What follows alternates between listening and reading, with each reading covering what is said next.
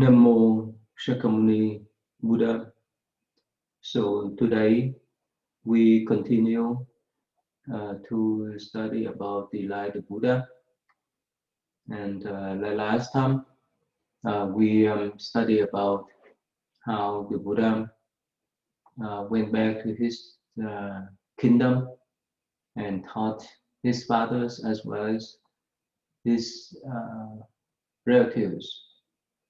And so before he went back to the bamboo forest in the Madagam kingdom, he gave the teaching to his fathers and other officers again. So during that last meeting, he spoke about how to apply his teaching in the political life. So he said that those involved in the government should bring the social justice and equalities to the people. That's way can serve people better, especially if they have the understanding and compassion toward other people. So he said that they will bring the peace and happiness without depending on violence or fighting. And they would not need to kill, torture, or imprison people, or even confiscate their citizen properties. So they have to have the compassion and understanding when their citizen make mistake. They have to be able to forgive the citizen mistake. That's why the country could be prosper if they run country in the virtual way. And of course, this the ideal principle, but the Buddha said that they can actualize these types of principle. So he said further that when a politician possesses enough understanding and love, he could see the truth about the poverty, the misery, and oppression that their citizens endure. So they can find some way to reform the government in order to reduce the gap between the rich and the poor and stop to use any force against other people, countries. So he advised those political leaders and rulers that they must set an example. They must sacrifice their life for others. They must live by example for their citizens. And he mentioned that for those rulers, they spoke to reduce the gap between them and their citizens. That means he advised them not to live in the luxury life and let their citizens to live in the poor condition. That may create the imbalance in wealth in the country. That may create all kind of conflicts and problems in society. So instead, those rulers should live by example, by having a simple and wholesome life, use their time to serve their citizens, instead of pursuing some kind of idle pleasures. So the leaders can earn the trust and respect from the lead people if they could set up good example. So if they love and respect their own citizen, in return, the citizen will love and respect them. So ruled by virtue, different from ruled by law and order. Ruled by virtue does not depend upon punishment. Uh, so if they can apply the Buddha teaching uh, of compassion, loving kindness, and understanding, they can bring the true happiness to themselves and their citizens. So the king Suddhodana and all rulers and officers listen intently to the Buddha sermon. Uh, so all the rulers they ask the Buddha that by virtue as you just described is beautiful, but we believe that you have possessed those characters and virtue that need to apply. So why don't you stay back in these capitals, Kapilavastu, and help create the new form of government right here in the Shakin kingdoms, that you can bring the peace, joy, and happiness to all of your citizens and people living here. And so basically, after listening to the Buddha sermon about how to do the country with love and kindness and compassion, those rulers and officers asked the Buddha if he could stay back to rule his own kingdom, to set example for others to follow. And also hearing that the king Suddhodana, he had that I'm old now. If you remain here, I will gladly to abdicate the throne in your favor. With your virtue and integrity as well as intelligence, I'm sure that you can run the country successfully and properly. So all people would follow your order and guidelines. So why don't you stay back to take my position? So at that time, the Buddha replied that, Father, I'm no longer the son of one family, one kingdom. My family is now is all beings.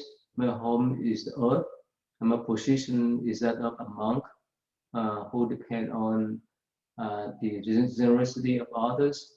I have chosen this path, not the path of politics, and I believe that I can best serve all people in this way. So the Buddha replied in that way that no way he would not entertain the idea of going back to run the country as a rulers king.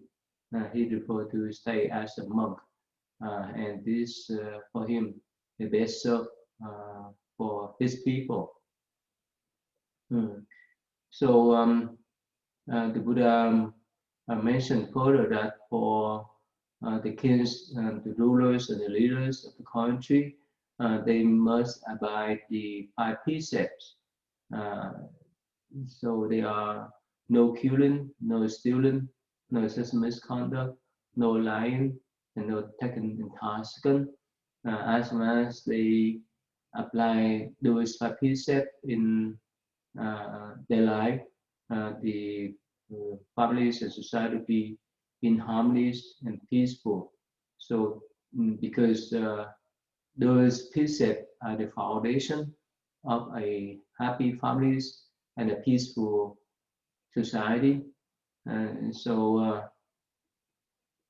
he said further that if you want people to be united, you must first uh, get their faith and trust. If the political leaders and rulers could practice those five precepts, the people faith and trust will grow. Um, so with that faith and trust, um, nothing a country cannot be accomplished.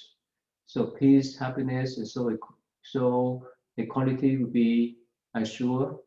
So um, you can create a life based on the awareness, based on loving kindness and compassion, um, and with the dogma of the past, uh, they cannot build the faith and trust, nor they encourage equality among people.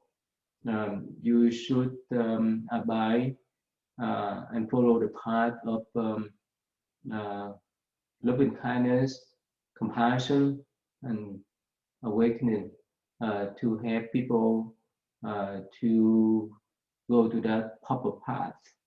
And so after that teaching, Buddha say goodbye to them, uh, um, and he prepared to leave his father's kingdom on going back to Magadha, uh, uh, the bamboo grove monastery, where his monastic disciple were waiting for him to join with the third running retreat.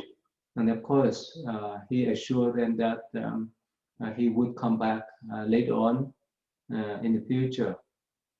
So that is the way how he taught his fathers, the king, the rulers and officers in his kingdom, how to run the country in virtue by applying the loving kindness, compassion, and wisdom to gain the trust and the faith from their citizen of people. So from the country of Shakya, that's his father's kingdom, the Buddha went to the northern region of Kosala. So he was accomplished by 120 monks, including many young men from noble families. They rest in the park nearby the city of Anupiya. That was the capital of the Mala people. So at that time, Venerable Shariputra was traveling with the Buddha, as well as Kaludayi, the officers that invite the Buddha on behalf of his father going back to Shaka kingdom. Nanda, his cousins, and the novice Rahula that we talked last time. And by the way, let me stop here for a while and mention about one of the teaching that the Buddha gave to Rahula. That of course the Buddha accepted Rahula into the monastic communities, but since Rahula was just a little boy at that time, only 7-year-old boy, so he liked to play around like all the children. So he saw that so many people went to see the Buddha. So somehow he tricked people when the Buddha was not at the monastery. He said that the Buddha was there. When the Buddha went out, I stayed at the monastery. So the lay people came to seek for the Buddha teaching, he would say that the Buddha would not be at the monastery. So it's gone on for periods of times until the Buddha uh, uh, know what's happening. And so one day, the Buddha called the novice Hura, came to his room, and usually the Buddha would wash his feet before go to bed. So at that time, after washing his feet with the dirty water, the Buddha uh, uh, threw the waters and turned the bowl upside down. And at that time, the Buddha told Rahula and asked him, um, do you know why I threw away the dirty water? And yes, Rahula replied that, yes, I know. That's because it's dirty water we cannot use. So the Buddha told him that, so there's the speech.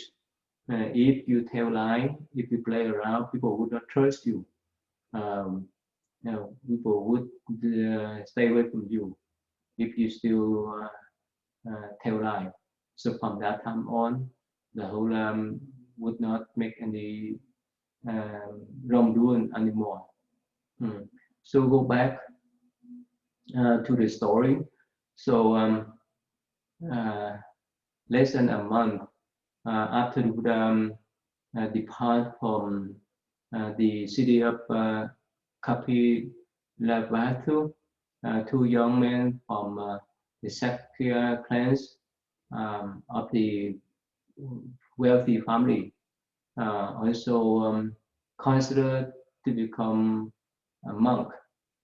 So both of them were Mahanama and Arunuda. So their families own three magnificent residences, one for each season. So Mahanama wanted to follow several of his friends who had become monks, but he learned that his brother also like to become monk too. But somehow he changed his mind because there were only two sons in the family. So he felt that uh, it's better for him to let his brother to fulfill the wish to become monks, uh, and he like to remain in the family to take care of family business. And somehow, at that time, Anuruddha went to ask his mother permission to become Buddhist monk. So she did not approve and say that my son, my only happiness in life. If you want to become a monk, I cannot handle missing you. So Anuruddha calmed down her mind and said that many other noble monks um, they could come back and visit their parents too. And also he remind her that by following the Buddha teaching, they could bring the peace and happiness not only to themselves, but also to the families and society. So these are the information and knowledge that Anuruddha understood after listening to many Buddha sermons that the Buddha had given at the Gigo Park nearby the city of Kapilavatthu. So somehow finally he could convince his mom to allow him to be monk. But somehow she said that I will let you go now, but only with one conditions, that your good friends, but he could follow you to become monks as well. So somehow he knew that, but he would never consider to become a Buddhist monk, because this young man, he was the governor that command a high position in the kingdom. So he has great responsibilities, and his esteem, reputation uh, uh, would prevent him from abandoning the luxury life to have a simple life of a monk. So hearing that, Anuruddha, he is so delightful to seek out for his friends. So he went there to see by the governors of the northern province. So he has so many soldiers under his command. Even his palace were protected by armed guards day and night. So the important dignitaries and people came and went to his quarter frequently. So when Anuruddha approached to Bariya at his quarters, he explained to his friends the reason why he went there, and he told him again, I want to become monks under the Buddha teaching, but I can't because of you. So he explained further that his mother only approved him to become monk with his parents, Bariya.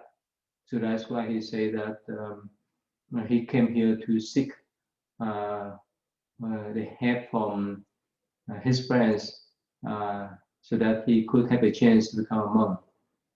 And so that time, Bariya laughed and say, what do you mean?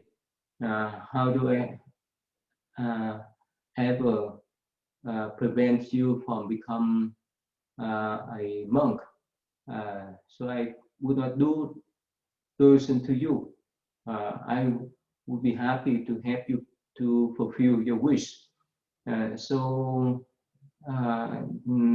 Anuruddha again explained about his mom condition for him to become monk. That he mentioned that if you just say that you would do anything to help me to become monk, but the only way for you to help me to become monk is to follow me to see the Buddha and become monk together. So at that time, Bariya felt caught. So at first he didn't have intention to become monk at all, because he enjoyed his luxury life with high position in the kingdom. And of course, he had heard some Buddha teaching before. He loved to have the peaceful and calm mind. But somehow he said that now I'm not ready yet. So why don't you give me 7 more years? I will become monks with you. So Nuruddha replied that anyway, so 7 years too long to wait. Who knows if I could live that long. And so his parents, Badagis, laugh and say that, well, why don't you give me 3 years? I will become a Buddhist monk with you. So Anuruddha replied, well, again, 3 years too long. And Badija replied that, how about 7 months? I need to settle all my responsibility and arrangement. Uh, uh, so other people will take over my position. Uh, so Anuruddha replied that, why don't you set out now? Why do you need that much of time to set out your affair? If you recognize as a life of a monk could help you to be free of everything, physically and mentally, you would uh, consider that. If you wait to that long, you may change your mind then. So at that time, uh, that governors he say, that's okay. Give me 7 days for me to make all kind of arrangement. I will come with you to see Buddha, so that both of us can become a monk. So trusting his friend's word, Anuruddha went home to report to his mother what going on.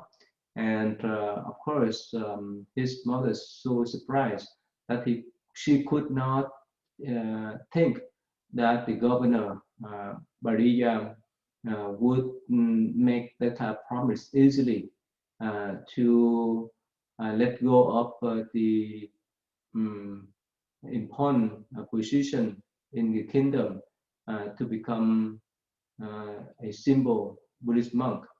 And so somehow at that time, she felt the sense of peace and liberation, and somehow she felt that there is a time for her to let go of her son to become Buddhist monk. So 7 days later, Anuruddha also persuade a number of his friends to join him. So they were Bagu, Kumbhira, Devadatta, and Ananda. So all of them were the princes of the imperial clans. So on the day that they made appointment to leave the kingdom, they gathered at Devadatta's house and set up in search for the Buddha. And so they were uh, 8 except Ananda, who was still 18-year-old. But Ananda also obtained the permission from his father to follow his elder brothers, Devadatta, to become Buddhist monk. So these 6 princes traveled by the carriage until they reached a small town close to Kosala border. They have heard that the Buddha was staying near Anupiya. So at that time, Anuruddha suggests everyone that they should get off all their jewels and ornaments before they cross the border. So after that, they remove their necklace, rings, and so forth, and wrap them in the cloths. So they agreed that they would give those jewelries to the poor people that they come across too. So they noticed on the way a tiny bubble shop by the side of the road, which was run by a young man. So when they approached to the shop and asked who the owner was, so the young barber went out and say, "My name is Upali." So at that time, Anuruddha asked this young barber direction how to cross the border to seek for the Buddha. So at that time, Upali was happy to leave them there by himself. So before they left, they hand him a closet contain the precious jewel and ornaments. So Anuruddha say, "Here, Upali, we intend to follow the Buddha teachings and live a simple life as a Buddhist monk. We don't have any intention to use these jewelries at all. So we would like to give them to you. We wish that you can enjoy your life with these jewelries in the future." So at that time, the princess say goodbye to Upali and cross the border. So when the young barber opened the cloth and he saw the jewelries that's sparkling in front of his eyes, of course he belonged to a low caste in society. No one in his family have ever have so much jewelries or even a single ring like him. So now he has the entire cloth with the precious jewelries.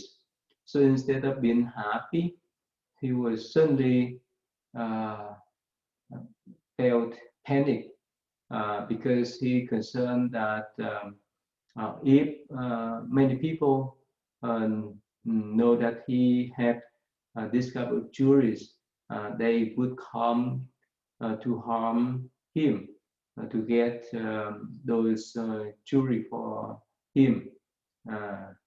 In the past, there's no step box for people to keep their jewelry or important items, materials. They could keep their jewelry at home, and of course, it's easy for the robbers and the thieves to come to steal them or even harm the owners.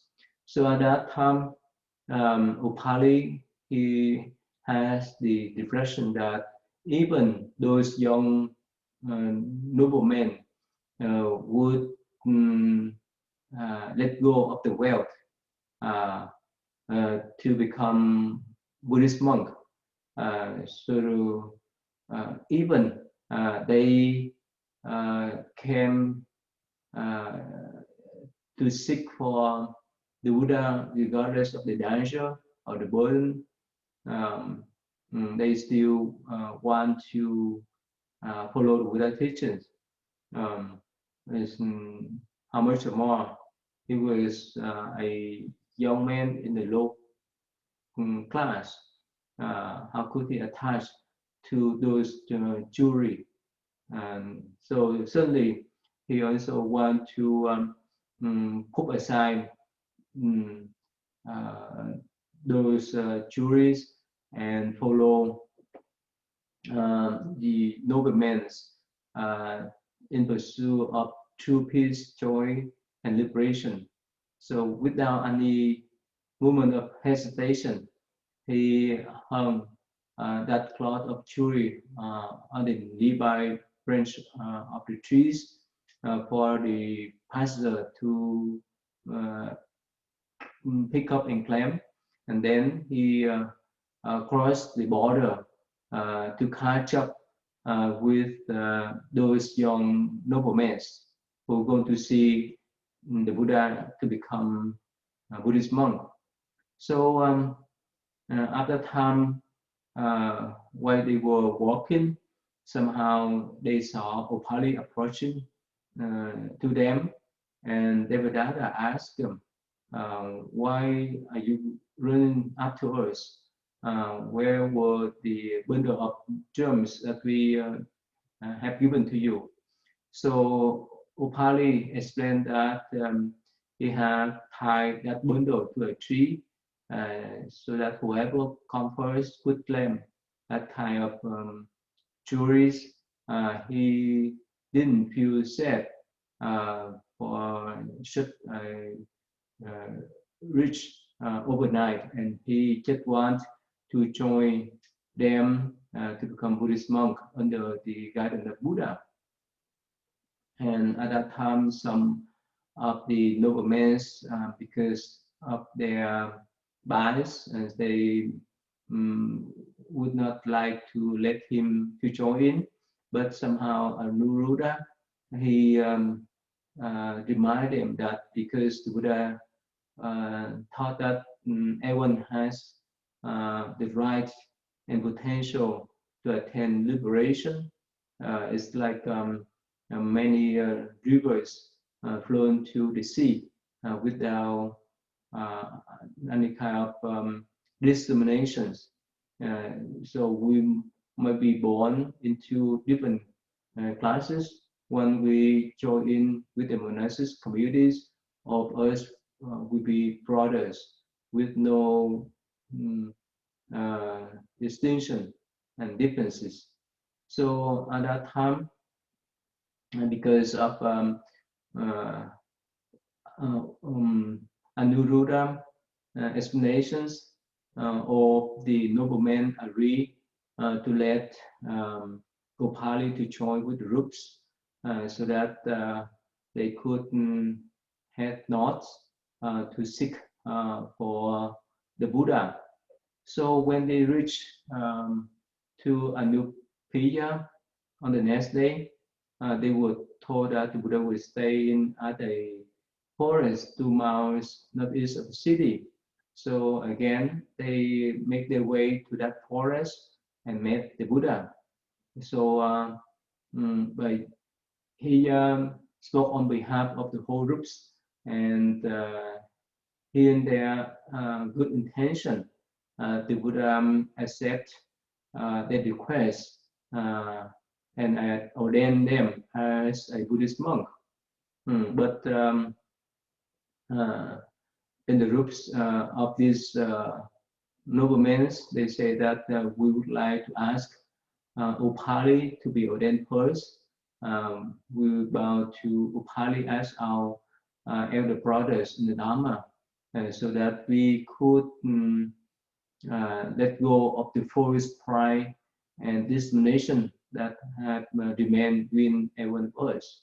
So with their request, the Buddha ordained Upali first, and because Ananda was only 18 years old, so he took the vows of a novice first. So later on, he would obtain the full ordination when he reached the year of 20. So together with Rahula, Ananda was the youngest members of the Sangha. So 3 days after their ordination to become Buddhist monk, they left the Buddha and others monks and head toward Vesali, where they live in Mahavana Park.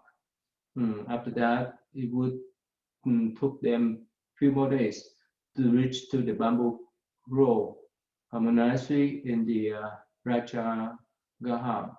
So at that time, Vembo Kasapa Mungurana Kondana was happy to see Buddha again, as well as all 600 monks living at the bamboo forest monastery. So hearing the Buddha going back to the bamboo grove monastery, the king Bimbasara was so happy to visit the Buddha as soon as the Buddha got to the monastery. And so at that time, the rainy season was approaching, and Venerable Kondana and Kassapa prepare for the communities to have the rainy retreat 12 times after the Buddha attain enlightenment. So before but Diya accepted to the governor post. He have studied spiritual books and matters. Now under Venerable Kassapa Gardens at the Bamboo Grove Monastery, he devoted his mind and effort to do the practice. So he spent almost all time in meditation.